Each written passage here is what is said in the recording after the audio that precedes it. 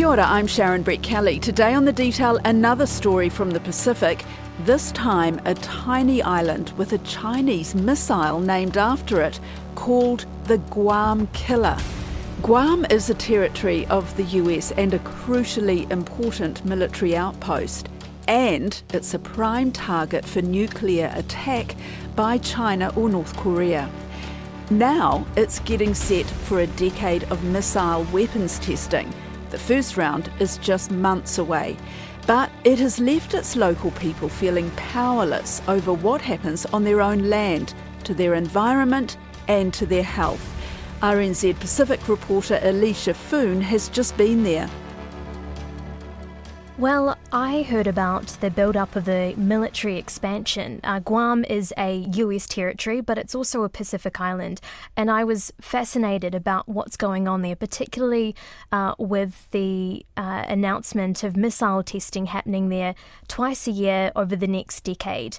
There were a lot of landowners being, told that they would have to move away from their land, and there was limited access as well.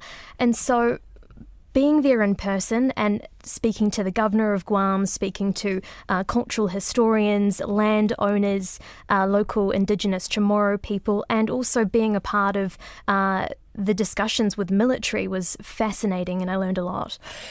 Because, let's face it, New Zealand doesn't take much notice of what happens in Guam. I mean, most of us would know very little about it. I had to do a bit of a, search around for some information on it. It's a long way away from us. It takes about a day, I think, to get there from New Zealand. Yes, about a day, that's right. It was a very long flight. You have to fly through Narita, Japan to get to Guam, but it's a hot spot for a lot of Korean tourists and Japanese tourists, and they go there to enjoy the sand, surf and sea, but then kilometres down the road, you have 3 US bases where they're doing missile testing and ramping up. Construction crews are hard at work on the strategic U.S. territory of Guam. By 2028, Washington will spend $9 billion to relocate U.S. Marines from Japan, build an integrated missile defense system, and add command functions for the Army, Navy, and Air Force. But it's not just a US territory. You've got about 150,000 people that live there. A lot of local Chamorros will also be recruited for the military as well. It's known as a recruiter's paradise. And so this build-up of military operations in Guam could really have a ripple effect on the region's stability and our own national interests, particularly in terms of diplomacy and peacekeeping. And there has been a build-up of military operations there? Yes, well, Guam is known as the first strike community for the US and the tip of the US military spear. And there has been over $1 billion this year that's been invested by the US. Chamorro lawyer Levin Camacho says there has been a noticeable change in the last 5 years. The military presence on Guam is definitely more visible now. Every day you see a bomber or AC-130. You almost get used to it. He's referring to bomber runs from Andersen Air Force Base where, in August, a B-52 Stratofortress, a B-1 Lancer, and a B-2 Spirit bomber made history simply by lining up on the same runway. The military have put a case to Washington to say that they're not prepared for potential attacks, missile attacks, and threats from China and North Korea. And what we're seeing is Guam, which has always and historically been a magnet for warfare and conflict, at the center of geopolitics in the Pacific. The United States has described Guam as a set piece in its war games, almost like a chess piece. And I was speaking to a former US Congressman, Robert Underwood, and he said it's disturbing. When he used to represent Guam, he said he'd been in rooms with members of Congress in Washington who would describe Guam as a set piece in these chess games. Guam is simply thought of as a set piece in a grand chess game. But of course, in this set piece, there's a lot of people. They're being asked to not just sacrifice their land and disrupt their life, but are not being informed about it in a timely way in which they can either ameliorate or perhaps even change the plans. And a set piece because of its location. It's a strategic location because it's extremely close to Taiwan and China. It's actually closer to Taiwan and China than it is Hawaii. And so because it's in the middle of the Pacific Ocean, the Northern Marianas, this base is very valuable to the United States. Just 3 times the size of Washington, D.C., roughly 28% of Guam is occupied by the U.S. military. And so that is why we're seeing 3 bases and an expansion of military forces. I mean, later this year, there'll be 5,000 troops from Okinawa, Japan, that will be coming to Guam as well. So when I was there, I really got the sense that something was building up. You know, there was a lot of palatable tension, and there's also layers of tension because of the history, because of the identity of Guamanians and Chamorro people. But it's a potential conflict zone. It's like the canary, really, that is giving a warning to the Pacific about potential warfare. Tension. I mean, what did you sense? I mean, I'm thinking a tourist lying on one of the beautiful beaches there, would they have any sense this is also a huge military operation going on here? You know, most of the hotels in Guam are just full of military personnel. And so you'll see military in full gear. They'll often be mingling around with Japanese and Korean tourists. It's quite surreal, actually, kind of seeing that cross-pollination of these tourists who, some will be used to the military in Korea, South Korea and Japan, but ultimately they're not fully aware of what's going on, and it won't be until December, when missile testing ramps up, that they'll be able to hear just down the road the sound of these weapons going off, all while they're enjoying their time on the beach and sipping cocktails in a hotel. There's this 360 defense missile system being set up, and it's been described as similar to the Israel Dome. And so billions of dollars are being poured into this integrated infrastructure. And there's still a lot of questions around exactly how it'll work. A lot of it is still top secret, and the US military are very reluctant to provide those details. But the local government and the governor of Guam doesn't believe that tourism will be impacted at all. And I spoke to a Japanese tourist and groups of tourists there, and I said, did you know that missile testing will be happening later this year? And talked to them about the military build-up, and they said they often frequent Guam. It's quite popular. A lot of people, in their countries know about Guam, but they wouldn't come back to Guam if the build-up was happening and if there were missile testings happening. How close did you get to these bases? What could you see? Yeah, so I was invited onto Andersen Air Base, and it was on the condition that I would be reporting on life on base, a day in a life of a military officer.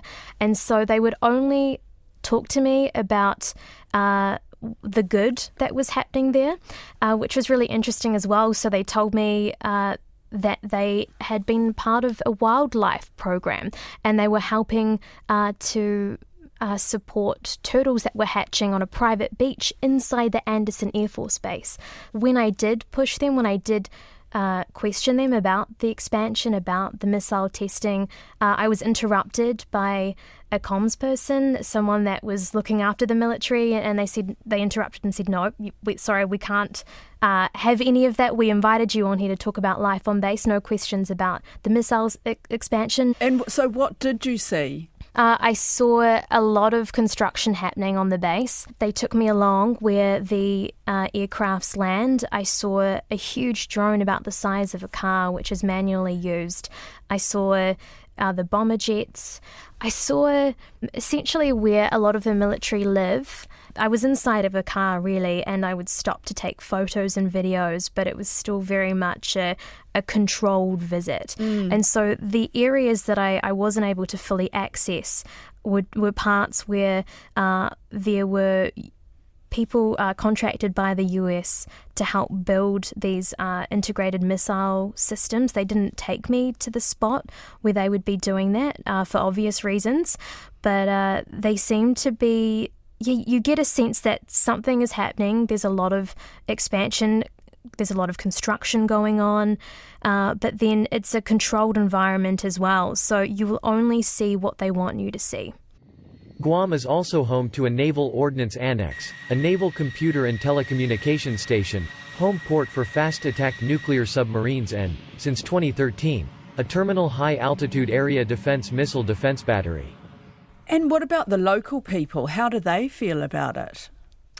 Oh, well, there's been decades of land wars and land being contested with local Guamanians and Chamorros and the military. All along this stretch of coastline you find evidence of where the first Chamorro settlers lived, fished and died. The US military says it will treat this area sensitively, preserving artifacts. But it has to balance that with the need to train the thousands of Marines who'll be based here.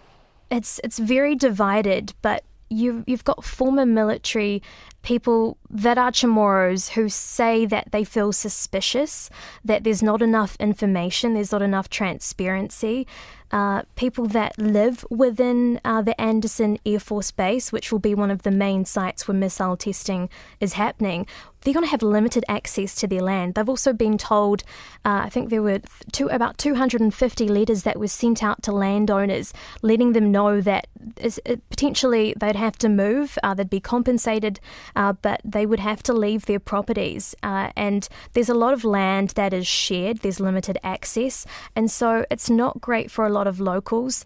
Among groups fighting the plan are families who were displaced from the area generations ago by the military and who are still trying to claim back their ancestral lands.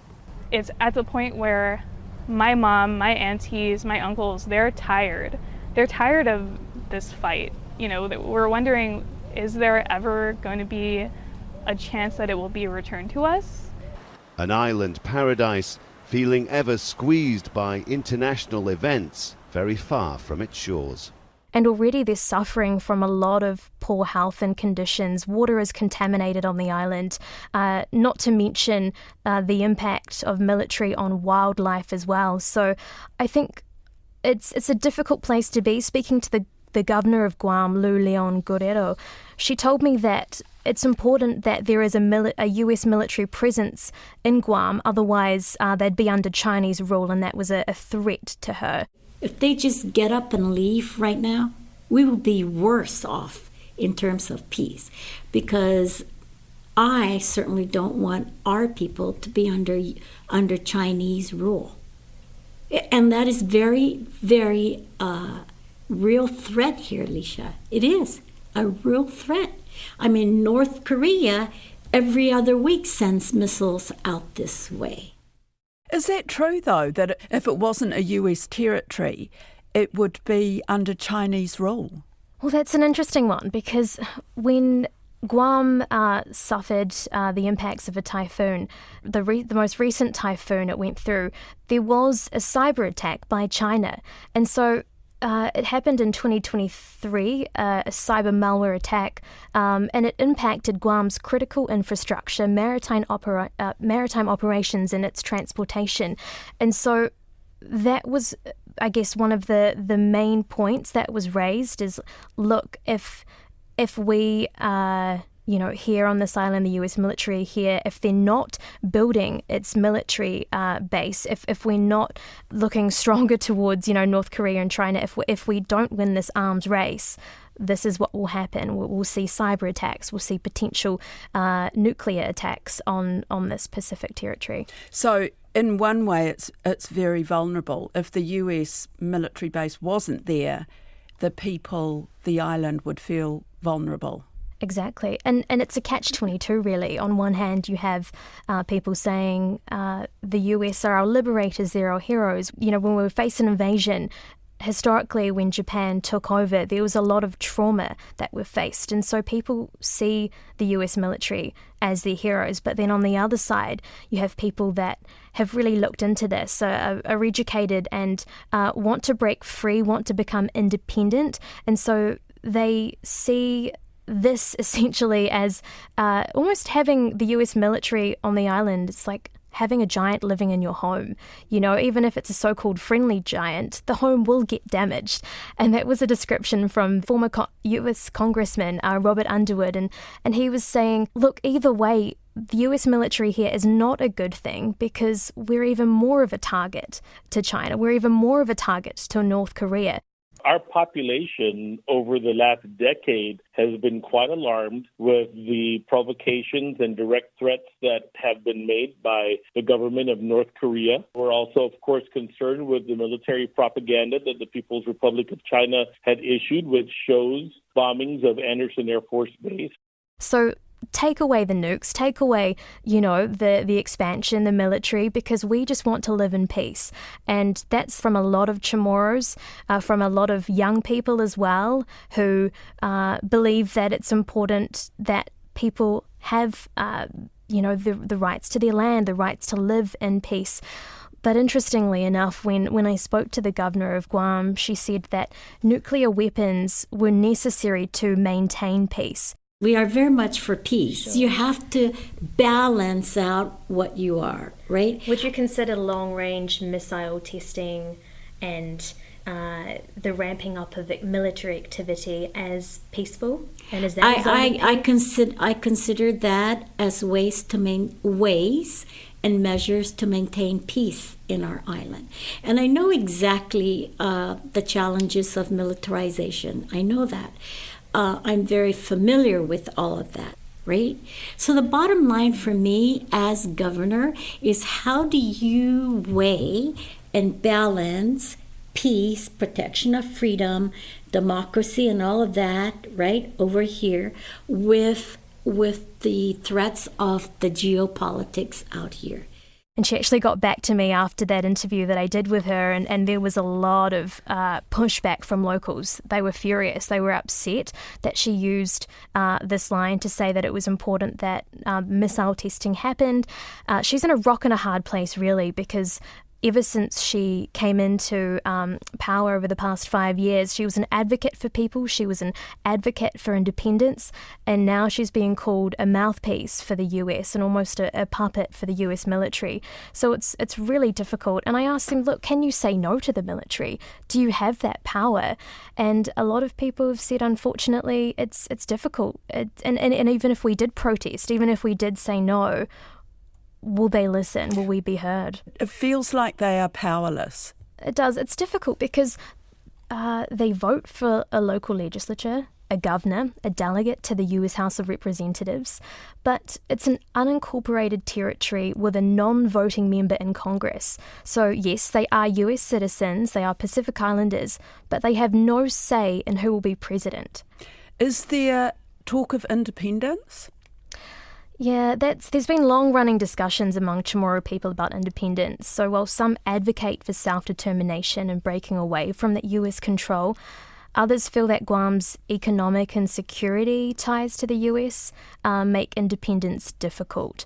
The governor of Guam believes that the US will always have some stronghold. She would like to move away from the US to be self-governing, similar to Niue or the Cook Islands with New Zealand. But ultimately, it's tricky because of that strategic location. The US will not give up Guam. Just going back to the former congressman who you interviewed, does he live there in Guam?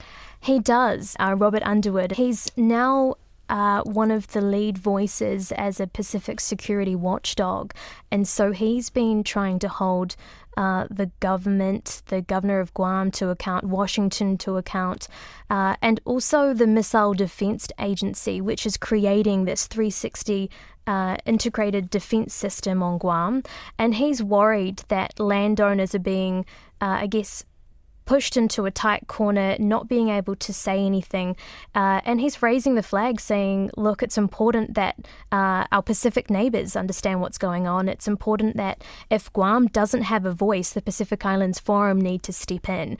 And it's interesting because the Pacific Islands Forum granted Guam associate membership. And so there was a long process in which they had to kind of bid and court members of the Pacific Islands Forum Secretariat. So there was a trip that they took earlier this year, and speaking to the governor of Guam, she said, and her counterparts, they were saying, we didn't show them any part of the military bases that was up to them to organise. What we did show them was the mango festivals, and we showed them the markets, and we are Pacifica, we are Pacific Islanders.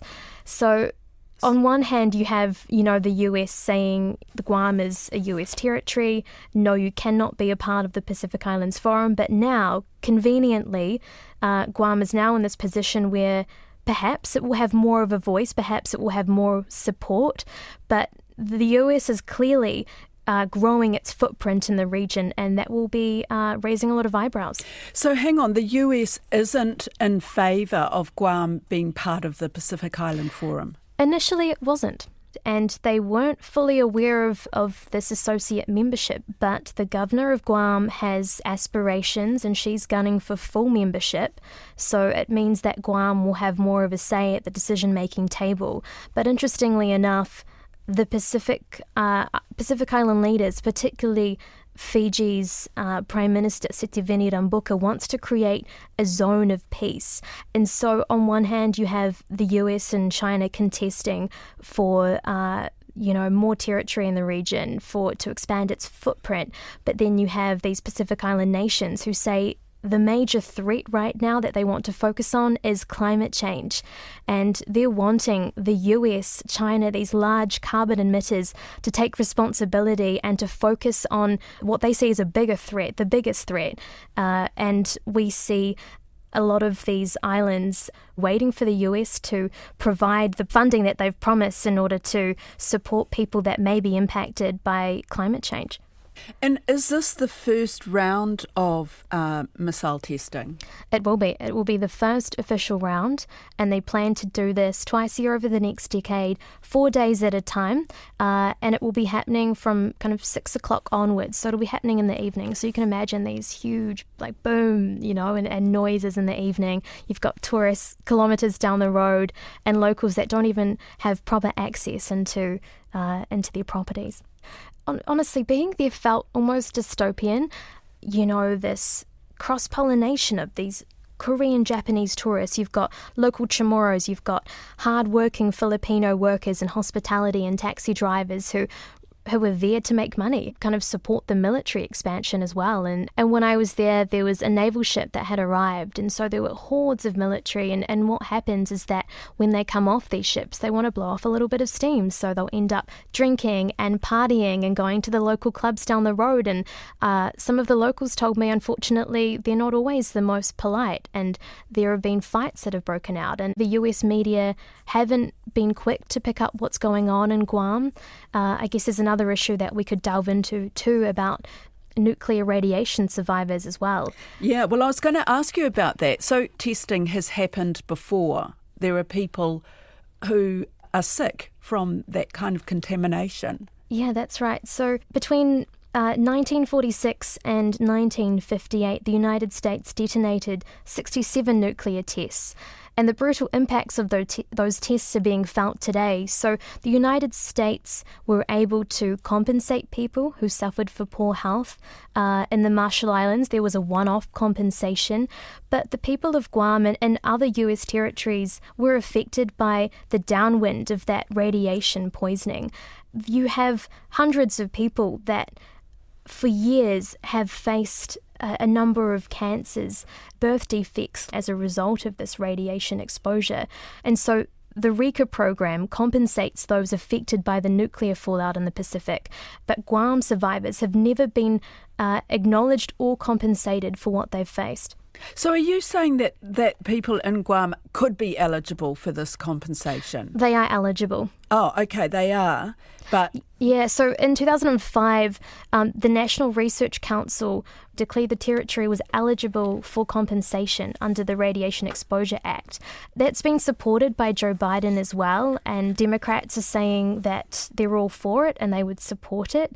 But it's difficult because there's also other US territories like Utah and New Mexico that are also fighting for the same compensation. So Guam is often an afterthought when it comes to this sort of thing, but front of mind with, missile testing and security. that's all we've got time for today, but we didn't mention the fact that there are more military planes on Guam than birds. Many of its native species are extinct or endangered, thanks to the accidental introduction of the brown tree snake by military forces after World War II. The Detail is a newsroom production supported by RNZ and New Zealand On Air. And thank you to Alicia Foon. This episode was produced by Gwen McClure and engineered by Jeremy Veal. I'm Sharon Brett Kelly. Ka kite.